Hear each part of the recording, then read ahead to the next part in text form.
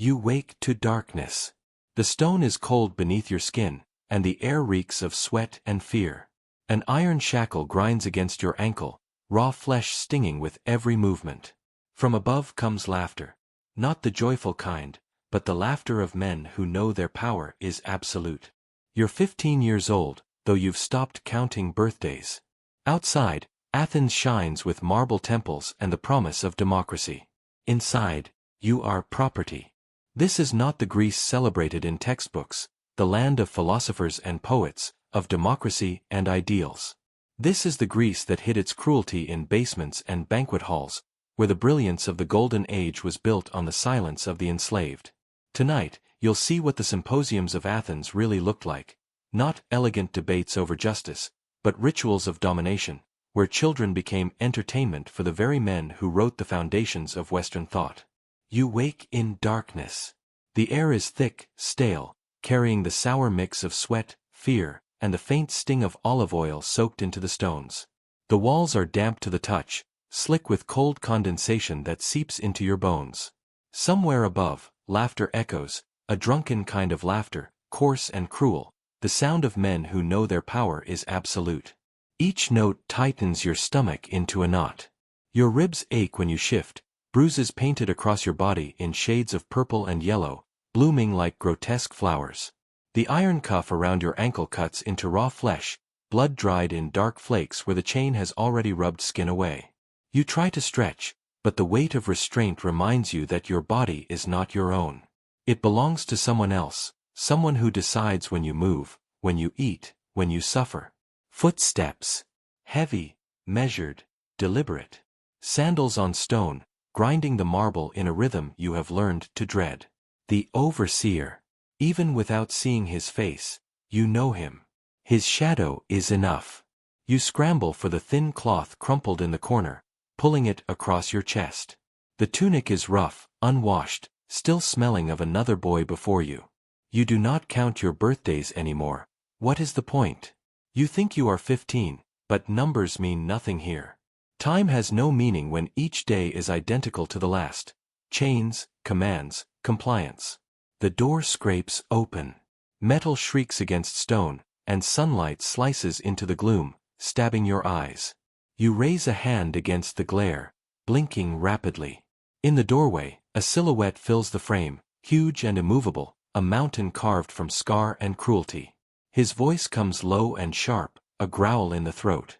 Clean yourself. A wet cloth slaps against your feet. His gaze moves over you not with pity, not with curiosity, but with the cold appraisal of a horse trader at market.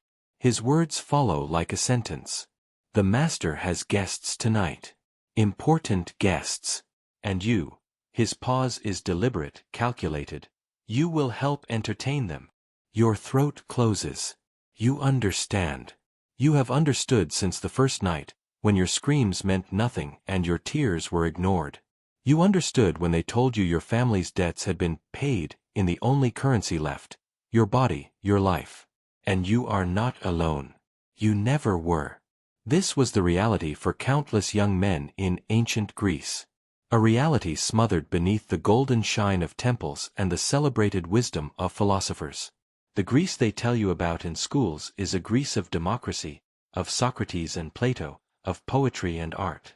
The Greece that stood at the dawn of Western civilization. But beneath the marble, there were chambers like this one. Behind the symposiums where men debated the essence of justice and truth, there were boys chained in cellars, prepared like vessels for entertainment. The two worlds coexisted, brilliance and brutality, philosophy and exploitation. One could not thrive without the other. The leisure that allowed citizens to ponder the nature of virtue was purchased with the silence of those whose voices were never recorded, whose names were never remembered. The overseer turns his back and leaves, the door groaning shut, locking the light away once more.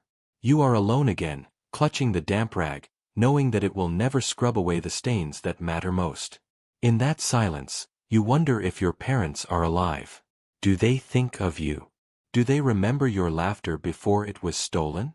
Or have they forced themselves to forget, as you are forced to forget? This is not just your story. It is the story of hundreds, thousands, perhaps tens of thousands of children who disappeared into the hidden shadows of the civilized world. We remember the names of Pericles, of Socrates, of Euripides. But what of the nameless? What of the ones who made their greatness possible? In this chamber, you begin to learn that history itself has a selective memory. It records the victors, the thinkers, the marble facades. It does not record the boy who huddles in chains, blood on his ankle, preparing to entertain. Yet without you, without those like you, the Athens of glory would not have existed. Long before you ever felt the bite of iron against your skin, your fate was already being measured and weighed. You did not choose this path. It was chosen for you by circumstance, by poverty, by the cold arithmetic of survival. Families in ancient Greece, especially in rural villages far from the glittering temples of Athens, lived perched on a knife's edge. One bad harvest, one illness, one unexpected death, and everything could crumble.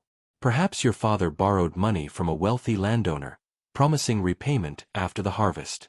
Perhaps raiders swept through your valley, torching fields and dragging away livestock. Or perhaps nothing so dramatic was needed. Perhaps you were simply born with the wrong kind of beauty, the kind that others saw as a commodity to be bought and sold. In this world, youth itself was a form of currency. Your village was a place of simplicity. Low houses of mud brick and thatch clustered together for warmth, their floors dirt, their walls patched with straw and clay. Families slept huddled in one room through the winter nights. Children ran barefoot through dust and goat droppings, their laughter mingling with the clatter of grinding stones where women pressed grain into flour. Goats bleated from pens, olive trees rustled in the dry wind, and life, though harsh, was held together by routine. Then the drought came. The sky grew pitiless, burning crops to ash. The barley withered into brittle stalks, olives shriveled on their ancient branches, and wells that had quenched thirst for generations gurgled into silence. Hunger gnawed at every belly. Mothers gave the last scraps to the youngest children, fathers grew gaunt while still trying to work the fields. Choices sharpened into cruelty. First, the goats were sold. Then the sheep. Jewelry followed, the bracelets and pins passed down through generations, heirlooms exchanged for sacks of barley that vanished within weeks. And when nothing else remained, the hardest decision of all stared your parents in the face. The merchants arrived like vultures circling over carrion. They always knew when to come. They set up in the village square, their carts heavy with chains and ledgers filled with columns of names. They offered silver coins, enough to buy seed for next season, enough to keep the smallest children alive until the rains returned. All they asked in return was years of service. 20 years, 30 years, numbers that meant nothing to desperate parents. You remember the day clearly. The crowd gathered. Neighbors whispered. You were told to stand still, to be polite. The merchant's hands were rough as they tilted your face upward, pried open your mouth to check your teeth, pressed your arms to feel the firmness of young muscle. His words fell like barbs. Promising. Good bone. Suitable for household use. You did not understand them, not fully. You only saw your father's face turned away, your mother's shoulders shaking beneath her shawl.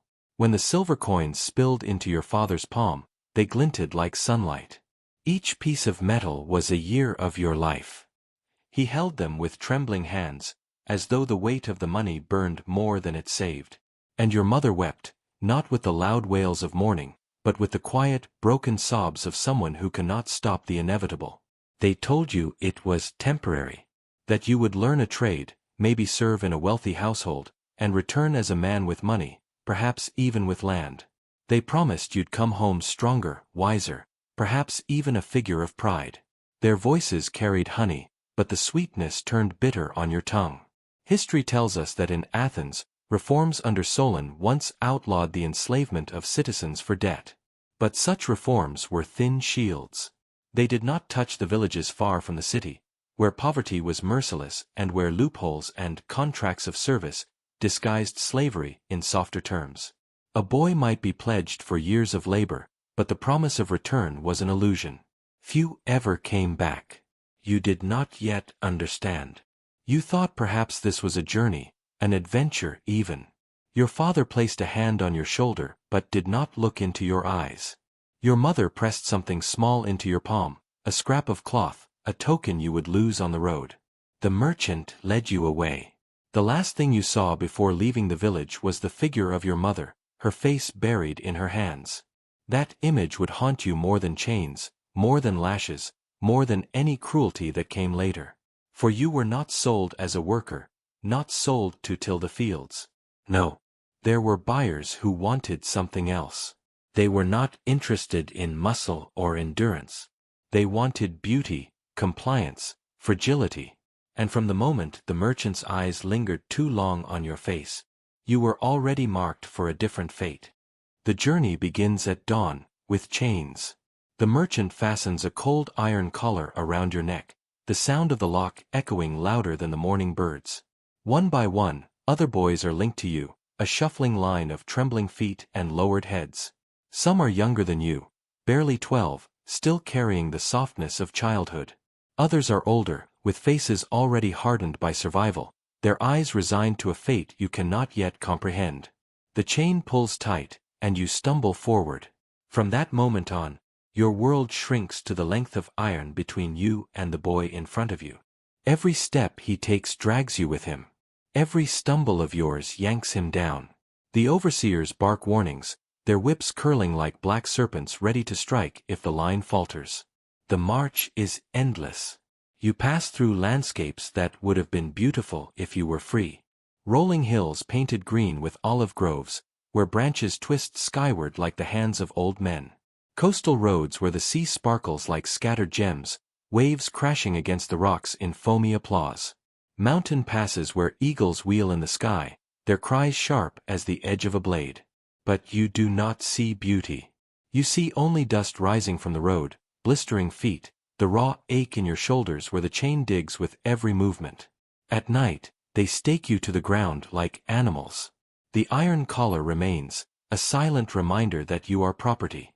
You lie in the dirt, cheek pressed to the cold earth, listening to the muffled sobs of the younger boys who still cry for their mothers.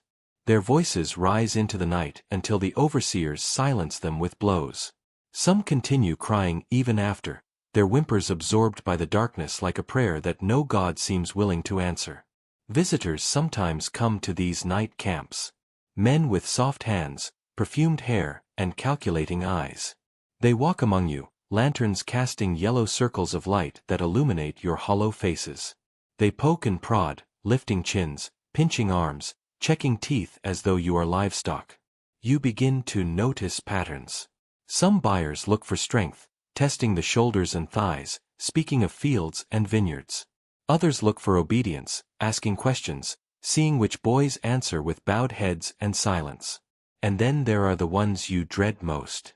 They wear silk dyed in colors you've never seen before, deep purples, brilliant reds, and rings that glitter on every finger. Their gaze lingers too long, their touch trails across skin in ways that make your stomach tighten. You don't have the words for it yet, but you know. You know they are not looking for labor. They are looking for something else entirely. The days blur together. Hunger becomes a constant companion, gnawing at your belly until even the idea of food feels like a dream. The younger boys stumble more often now, their small bodies less able to bear the pace. One boy, no older than 11, collapses on the roadside. The overseer beats him until his tiny body jerks and gasps back to its feet. You watch with wide eyes, realizing that mercy is not part of this world. By the second week, your own tears have dried. Not because the grief is gone, but because your body refuses to waste water. Your throat is cracked, your lips split. When you try to swallow, it feels as if you are drinking sand. You learn to move without thinking, to follow the rhythm of the chain, to let your body carry you forward while your mind drifts somewhere else, back to the olive groves of your village, to the laughter of your siblings, to a world that already feels unreal. Sometimes the merchants allow you to see towns along the way. Marketplaces crowded with traders, women carrying baskets of figs and barley, children chasing one another through the dust. To them, you are not boys. You are cargo. They glance at you the way they might at a wagon load of pottery, perhaps with curiosity, but never with recognition of your humanity.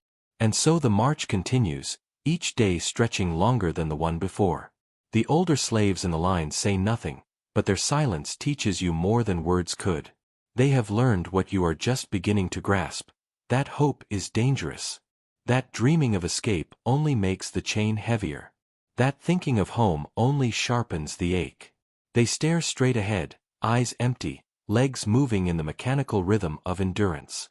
By the time the walls of Athens rise in the distance, white marble shining in the sun, your body is broken in small ways. Your ankles are swollen, your back raw from the whip, your stomach hollowed by hunger. But worse than the wounds is the knowledge that you will never return. The road has stripped it from you, mile by mile, until home exists only in memory. Athens gleams like a jewel, its temples towering, its columns catching the light. But you understand instinctively what the elders in the line already know: beauty here is not for you. Beauty here is a cage. And soon, you will be sold into it. The noise reaches you before the city itself. Athens breathes like a living beast, its markets, its crowds, its chaos rolling toward you in a rising wave. You enter through stone gates worn smooth by centuries of feet, and suddenly the world is nothing but voices. Hawkers shouting prices for olives and figs, women haggling over bolts of cloth, the cries of beggars, the bleating of animals being traded in pens. But beneath it all, louder than everything, is another sound, the bark of auctioneers, cutting through the air like a whip crack. This is the slave market. The smell hits you next. Sweat, unwashed bodies, piss in the dust, and something more sour, a stench of fear so thick it clings to your tongue.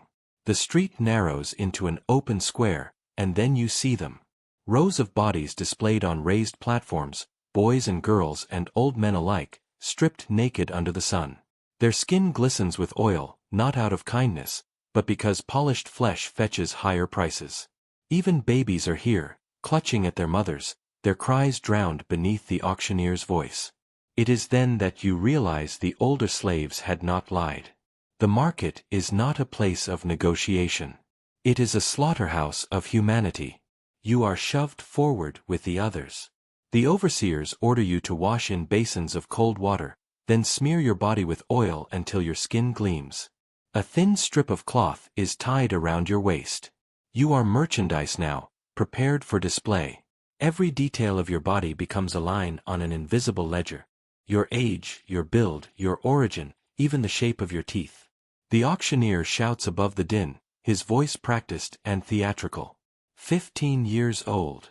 Strong shoulders, healthy teeth, quick in movement. From the mountain villages of Arcadia. A fine addition to any household. The words ripple across the crowd. Men step closer, their eyes crawling over you like insects. One grips your chin, turning your face side to side. Another presses your arm, testing the firmness of your muscle. A third rakes his fingers through your hair, commenting on its color, its texture. They do not speak to you. They speak about you, as if you were already gone. The bidding begins. At first, the numbers are low, 2 drachmas, 5 drachmas. Then the price climbs as more men join the contest, their voices colliding, silver promises flung into the air. You stand frozen, pulse hammering, as though the ground beneath your feet has become an execution block. And then one voice rises above the rest. The crowd stills. The auctioneer smiles broadly, satisfied with the winner. He calls out a name you will not hear clearly until later: Lysander. You look at him, your new master. Middle-aged, wealthy, draped in silk-dyed purple, a color that only the richest could afford. His stomach soft, his hands uncalloused. His smile spreads slowly, not like a man buying a servant, but like a man already savoring ownership. His eyes pin you where you stand, a look not of curiosity but possession. He counts out the silver, each coin a nail sealing your fate. The transaction is quick, almost casual. In the span of a few heartbeats, you cease being anything but a thing. Property. Behind him, Athens gleams. The Acropolis rises above the city, its temples shining like ivory against the sky. The Parthenon towers, crowned with statues of gods and goddesses, its perfection celebrated across the world. This is the Athens that history remembers, the Athens of philosophers, of democracy, of art. But here, in the shadow of those columns, you are sold like an animal. Historians speak of Athens as a cradle of freedom, but they rarely linger on this square. They tell us of Socrates and Pericles, of civic debates in the agora, of plays staged in marble theaters. Yet none of it existed without this market. The philosophers could only sit and ponder virtue because boys like you were chained and silenced. Democracy was built on foundations of exclusion. The free men gathered in assembly only because the unfree labored unseen. Lysander steps forward, gesturing to his overseer. A man of scars and hard muscle, who wastes no time in fastening a rope around your wrists. He jerks you off the platform as easily as if you were a sack of grain. The crowd shifts its attention to the next lot, already forgetting you. You stumble forward, your feet dragging on the dust, your breath shallow. You try to look back one last time at the line of boys still waiting their turn. Their faces blur in the heat, but you recognize the same hollow fear, the same silence. You realize with a sinking in your chest that they are already ghosts, just as you are about to become. The marble streets of Athens stretch out ahead, bright and blinding. Somewhere within them waits your new life, if it can be called a life at all. The overseer tugs hard on the rope, and you follow. Behind you, the market continues. Voices rise, silver exchanges hands, and the machinery of civilization grinds on, turning flesh into coin, and coin into marble temples that will stand for centuries. Lysander's house looms above the street, larger than anything you have ever seen. Its marble columns glisten, its walls painted with colors so bright they seem to defy the dust of Athens.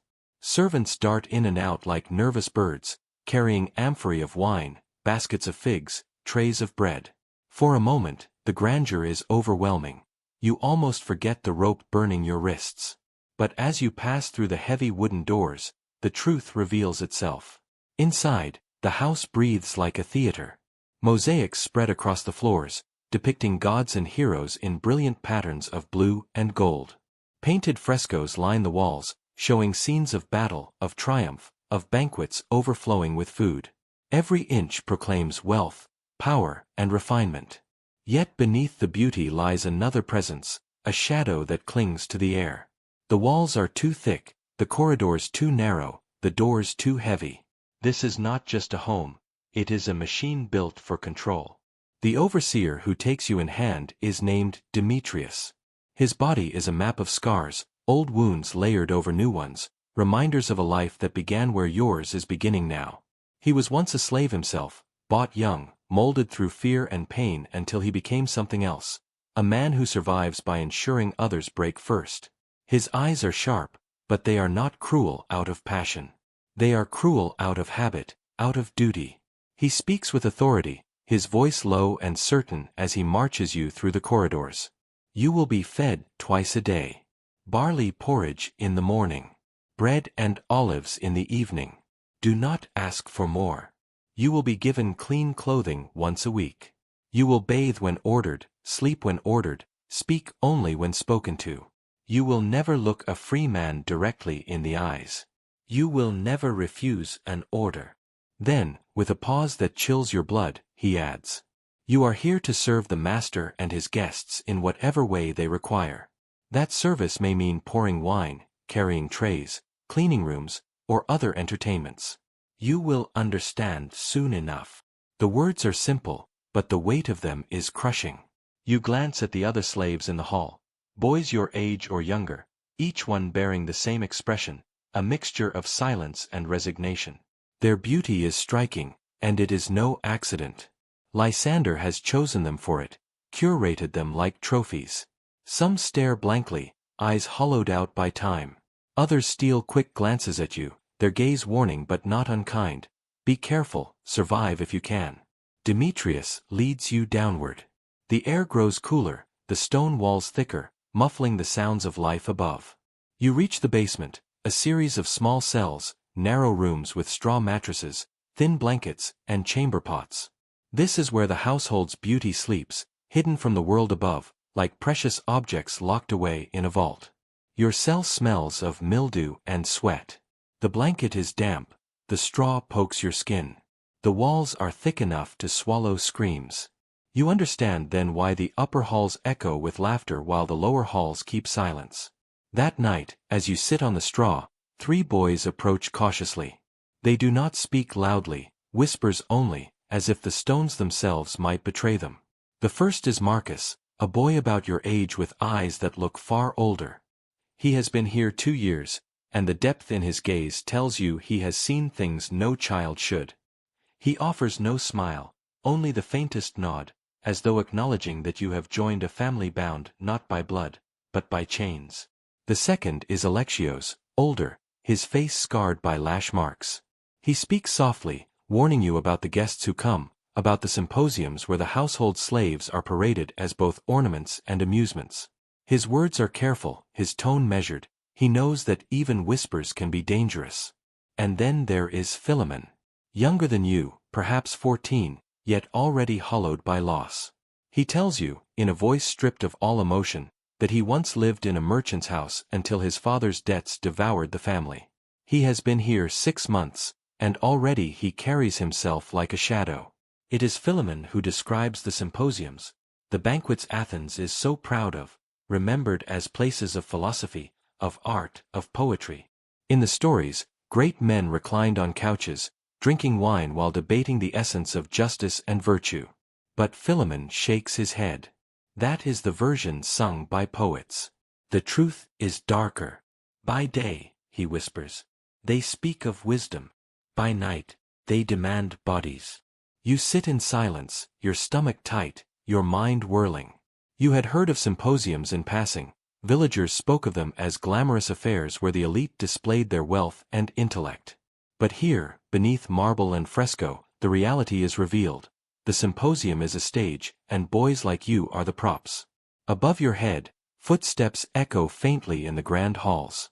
Laughter rises, muffled through stone, the laughter of men who consider themselves civilized, enlightened. And in the basement, in the damp cells, you begin to see the masks they wear. The mask of philosophy, the mask of democracy, the mask of art.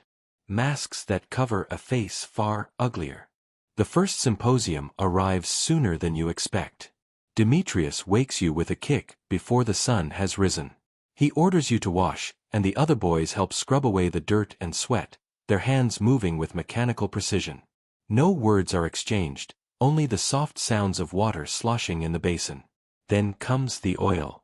They rub it into your skin until it gleams under the torchlight, making you appear more statue than human. A thin tunic is given to you, lighter than air, the fabric clinging to your body in ways that feel deliberate. You are not being dressed, you are being displayed. They place a thin gold bracelet on your wrist, a symbol not of wealth but of purpose. Jewelry does not belong to slaves, and yet here it gleams on your arm. You realize with a sickening clarity that it is not a gift, it is a mark, like the brand on cattle. You are not here to serve food. You are here to be food. The great hall is transformed. Low couches line the room, their cushions bright with embroidered patterns. Bronze lamps flicker with warm light, filling the chamber with shifting shadows. On polished trays, servants lay out dishes of roasted lamb, honeyed figs, almonds, and bowls of olives. Amphorae of wine stand ready, their clay mouths stoppered with wax. The air is thick with the mingling scents of perfume and smoke, of roasted meat and burning oil. The guests begin to arrive. They are men of stature, philosophers, politicians, merchants. Their tunics are dyed in deep colors, their fingers heavy with rings. They recline on couches with easy arrogance, speaking in tones of authority even as they laugh and jest. You recognize some of the names from whispers in the village. Men praised as thinkers, as leaders, as patrons of the arts. Here they sit, sipping wine, their words smooth and intellectual. They debate the nature of virtue, the best way to govern a city, the meaning of freedom. And then their eyes fall on you. At first, your role seems harmless. You pour wine into shallow cups, the sweet liquid spilling over your hands. You offer figs, tearing them open with fingers that tremble. You massage the shoulders of a guest who praises your gentle touch. You feed grapes to a man reclining lazily, his lips brushing your fingers as he takes the fruit. Each task appears innocent on the surface, But you begin to feel the undercurrent, the hush that falls when you move closer, the way their laughter sharpens, the way hands linger too long on your wrist or shoulder. The moment arrives quietly. An older man, his hair streaked with white, gestures for you to join him on his couch. His smile is warm, almost paternal, and his voice kind. He asks about your homeland, about your family. His questions drip with feigned concern. Do you miss them? Do you think of them often? For a moment, you are fooled into answering, your voice shaking but real. You tell him of olive trees and goats, of your mother's bread, of your father's laugh. But as you speak, his hand begins to move. From your shoulder to your back and then lower. You try to shift away, but his grip tightens. The others notice. Their conversations falter, and then silence spreads across the hall. Dozens of eyes turn toward you, expectant, entertained. Your protests mean nothing. Your struggle only excites them. Laughter erupts, not the laughter of joy, but of cruelty, of amusement at watching a boy break. Clothes are torn, hands hold you down, and your voice disappears beneath theirs. That night, innocence ends. Childhood ends. Later, you lie on the straw of your cell, your body aching, your mind refusing to settle. You stare at the ceiling, its stones dark and impenetrable. The sounds of laughter still echo in your ears, but they are no longer distant. They are inside you, carved into your memory. Philemon, in the cell beside you, whispers into the dark. His voice is flat, stripped of all emotion. That was only the beginning. There are worse things yet. You understand then what the symposium really is. It is not a gathering of minds, nor a celebration of wisdom. It is a theater where power performs itself, and you are part of the stage. The great men of Athens, those who speak of justice by day, discard their masks by night, revealing appetites that mock their own philosophies. This is the hidden truth of the city that prides itself on enlightenment. Beneath the glow of marble temples and the eloquence of orators, children are broken for entertainment. The symposium is not a banquet. It is a ritual of consumption. And tonight, you have become the offering. In the days and months that follow, you begin to understand the system for what it is. Not chaos, not cruelty born of chance, but a structure. A carefully constructed machine designed to grind away resistance, to strip away dignity, to erase the self until only obedience remains. Demetrius, the overseer, is the engine of this machine.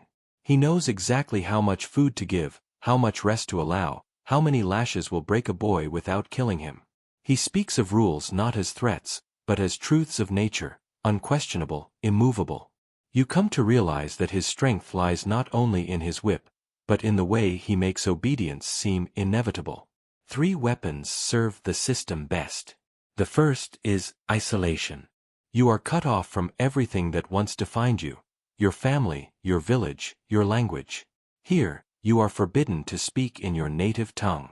If you try, punishment follows swiftly, sometimes with lash, sometimes with the silent cruelty of being denied food or water. Your name is taken, replaced with another more pleasing to Greek ears. Each syllable of the new name is a hammer blow, striking the old identity from existence. The second is unpredictability.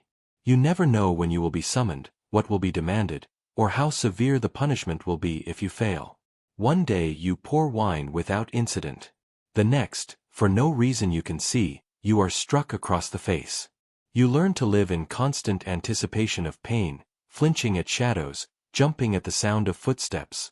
Fear becomes not a momentary state but a permanent condition, an acid that eats away at courage until you begin to police yourself more effectively than any guard could. The third is the most insidious, the destruction of meaning itself. They force you into contradictions that tear at the soul. You serve men who preach virtue while violating every definition of the word. You hear philosophers debate justice even as they laugh at your pleas. You are made to play a role in spectacles where laughter and cruelty intertwine until you cannot separate one from the other. Slowly, inevitably, the line between truth and lie blurs until you question whether your own suffering is even real, or merely another performance. And then there are the guests. They come from every corner of Athens' elite. the very men history celebrates as pillars of civilization. Dionysius, a politician famed for speeches about civic justice, delights in humiliating young slaves, quoting Homer as he forces them into degrading acts. Cleomenes, a merchant praised for funding public works, treats violence as a kind of education, claiming that pain teaches the natural order of society. And then there are the philosophers, the ones who trouble you most. Men who write treatises on ethics, who speak of virtue and self-control, who insist on the importance of living in accordance with reason. Yet when wine loosens their tongues, they become predators cloaked in clever justifications. One argues that slaves are by nature inferior, born for obedience. Another insists that suffering purifies the soul, even as he inflicts it with deliberate cruelty. You begin to see that their brilliance and their brutality are not contradictions, they are companions. The leisure to ponder justice, to paint heroes on walls, to compose poetry about love, is bought with the silence of broken children. The more you listen, the more you realize that Athens' golden age gleams only because its shadows are so deep. Among the slaves, survival takes many forms. Some retreat so far inside themselves that their bodies move like puppets, eyes vacant, spirits extinguished. Others adopt masks of compliance so perfect that they are praised for obedience, rewarded with scraps of food or slightly softer bedding. A few resist openly, but their fates are warnings. Marcus once tried to run. He was caught within a day, dragged back bleeding, and left chained in the courtyard without food or water until his lips cracked and his body swelled with thirst. Alexios once refused a guest's command and was beaten until his bones cracked. He still limps when he walks. Yet resistance is not always open rebellion. Philemon explains this in whispers, his voice steady despite his youth. Sometimes survival is resistance, he says. To remember your name, even if you never speak it aloud. To hum a song under your breath that no one else understands. To hold a memory of your mother's face. That is how you fight. The household thrives on contradiction. Above, the mosaics show gods and heroes triumphant. In the courtyard, philosophers declaim about the dignity of man. In the basement, boys bleed on the stone floors. The beauty of art and the ugliness of cruelty coexist, each feeding the other. The house itself becomes a mask, its marble face concealing the furnace of suffering inside. And you, once a boy running through olive groves, laughing in the sun, are now part of the machinery. You pour wine with steady hands, even when they tremble inside. You bow your head when ordered, even as rage burns in your chest. You learn when to speak, when to fall silent, when to disappear into yourself so completely that nothing can touch you. But with every act of compliance, something inside you erodes. The boy you were grows fainter, his voice softer, until you fear he may vanish entirely. Still, in the thick silence of the basement cells, in the brief glances exchanged with the others, you feel it, the fragile thread of humanity, stretched thin but unbroken. A thread that says, we are still here. We have not disappeared. We remember. Time stretches strangely in Lysander's house. Days bleed into weeks, weeks into years. Seasons pass outside, the olives ripen, the rains come and go, the festivals of the city rise and fade, but in the basement cells, there is no true measure of time. Only chains, only orders, only the unchanging cycle of service and submission. You change. Slowly, at first, then all at once. Your body, once lean with boyhood, becomes harder, scarred, marked by whips and fists. The bruises fade but the skin remembers, pale lines crossing your arms and back like a map no one wants to read. But the deeper change is not in the flesh, it is in the spirit. You learn to detach, to separate yourself from what is being done to you. When the guests summon you, you make your body obey, but your mind drifts elsewhere, to the mountains, to the sound of goats bleating, to the laughter of siblings whose faces you can no longer recall clearly. In those moments, you survive not by resisting, but by becoming absent. The household is full of boys like you, each one a ghost in training. Marcus limps now, but he has mastered the art of invisibility, moving so quietly, so efficiently, that the guests often forget he is there. Alexios, older, has built a shell of silence around himself, never speaking unless forced, never revealing thought or feeling. Philemon, still only a child when you met him, has become something older than age, his eyes hollow, his voice flat, as though he has already lived and died within these walls. Yet even in this place, tiny sparks of resistance endure. You share stolen food, a crust of bread tucked into straw for someone too weak to rise. You whisper stories in your native tongue, quick and sharp before overseers can overhear. You carve small marks into the stone when no one is watching, tallying days, months, perhaps years. These are dangerous acts. Boys have lost tongues for less, have been sold away for daring, but they are the only proof that you still exist, that you still carry something the masters cannot own.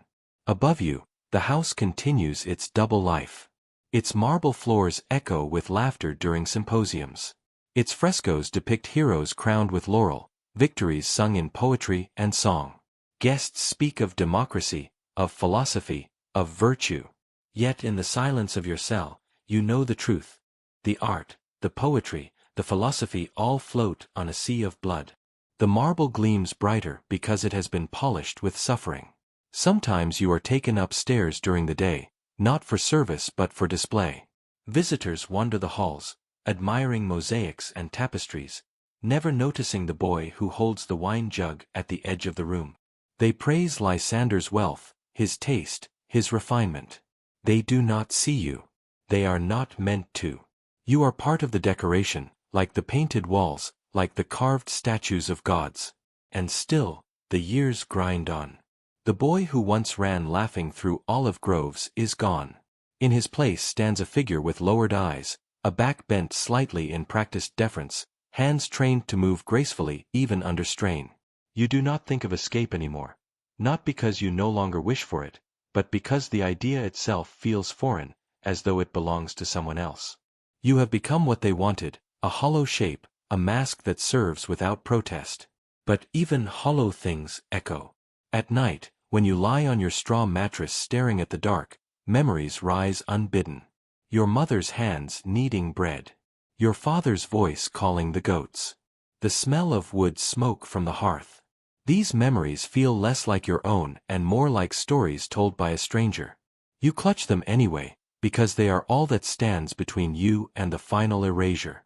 And when the guests come, when philosophers speak of virtue while demanding cruelty, when politicians praise justice while ordering degradation, you feel it. A shadow stirring inside you. Not hope, not yet. But something quieter, sharper. A recognition. They may break bodies. They may erase names. But they cannot change truth. The house above glitters with masks, each guest wearing one, each wall painted with one, each word spoken through one. But beneath the masks, something festers. And in the silence of your cell, in the whispers of your fellow slaves, you see it clearly. The marble halls are not eternal. They are haunted. Haunted not by gods or heroes, but by you, by Marcus, by Philemon, by every boy turned into a ghost yet still breathing. Ghosts do not vanish. They linger. They wait. And you are one of them now. Your usefulness in Lysander's house does not last forever. Beauty fades. Scars accumulate. The spark that once made you valuable entertainment is replaced by the dull weight of survival. You sense the change before it is spoken, the way guests' eyes slide past you now, their attention drifting toward newer arrivals, fresh faces still trembling with fear. One morning, Demetrius summons you. His words are flat, without malice, without pity. You are being sold. Not to another house, not to a merchant, but to the mines. The word falls like a stone into your chest. Everyone knows the mines. They are the end of the road, the graveyards of the enslaved. Those sent there do not return. The journey begins again, chains binding you to others, but this time there is no pretense of grooming or display. You are marched like condemned men, shuffled along mountain paths where the air grows thinner and colder. Villages pass by, and you wonder if one of them might have been your own. You do not look too long. The memory is already faint, and to reach for it hurts more than the iron at your neck. The mining camp is a wound carved into the earth. Wooden scaffolds creak above pits that plunge into darkness. The air is thick with dust, choking, filling your lungs with each breath. The sound is constant, hammers striking stone, the groan of ropes, the coughs of men who have inhaled too much dust to live long. Here, there is no performance, no masks of philosophy or art. Only labor. You are given a pick, shoved into the darkness of a tunnel barely wide enough to crawl through. The walls tremble when struck, stones raining down like warnings. You swing the pick until your shoulders scream, until your hands bleed, until the overseer's lash reminds you that you cannot stop. Time collapses into exhaustion. Days end without you realizing they have begun. You eat only enough to keep swinging, sleep only enough to keep breathing. Your lungs tighten with each inhalation, a slow drowning in stone dust. Around you, men collapse and do not rise. Some are dragged away, their bodies tossed into shallow graves at the edge of the camp. Others are simply left where they fall, their picks still clutched in stiffening hands. And yet, even here, resistance flickers. In the tunnels, whispers pass between workers in languages the overseers cannot understand. Stories are told of villages, of families, of gods who might yet care. Crude carvings mark the walls, a goat scratched into stone, a mother's name, a sun with rays reaching outward. These are not decorations. They are memorials, proof that even in this place of death, humanity endures. You, too, are remembered. The boy from the mountains, sold for silver. The youth who endured the symposiums of Athens. The ghost who became hollow but never fully disappeared. Around campfires, others repeat fragments of your story. In their voices, you still exist. Your own end comes quietly. There is no spectacle, no grand final act. Only a tunnel, a swing of the pick, a cough that racks your chest until blood stains your lips. Your legs give way, your lungs refuse. You sink into the dust, the earth swallowing you in silence. Other slaves gather when they can, not to mourn loudly. Overseers would punish that, but to whisper your name, to promise they will carry it in their stories. And so you pass from life into memory. But this is not truly an ending. For centuries, Athens has been celebrated for its brilliance, its democracy, its philosophy, its art. But what of the countless voices silenced beneath it?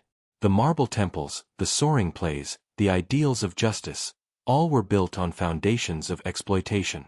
Your story, and the stories of thousands like you, were erased from official history. Yet they remain, haunting the spaces between lines, lingering in the shadows of the ruins tourists marvel at today. And if this story feels remote, consider this: the system has not vanished. It has only changed its clothing. Children are still sold, not for silver coins but for promises of survival. Labor camps still consume lives, not in marble mines but in factories and fields far from the eyes of those who profit. The symposiums of Athens echo in boardrooms, in industries, in institutions that polish their image with art and philanthropy while consuming the vulnerable in silence. The faces change. The words change. The chains become less visible. But the machinery of dehumanization endures. The marble halls of Athens are ruins now, but their ghosts remain. Not just the ghosts of philosophers, but the ghosts of children who were never meant to be remembered. Children like you. And perhaps that is the truest echo through time, not the wisdom carved in stone, but the voices hidden beneath it, waiting for someone, anyone, to listen. If you want more untold histories brought to light, don't forget to subscribe and join us as we uncover the stories the past tried to hide.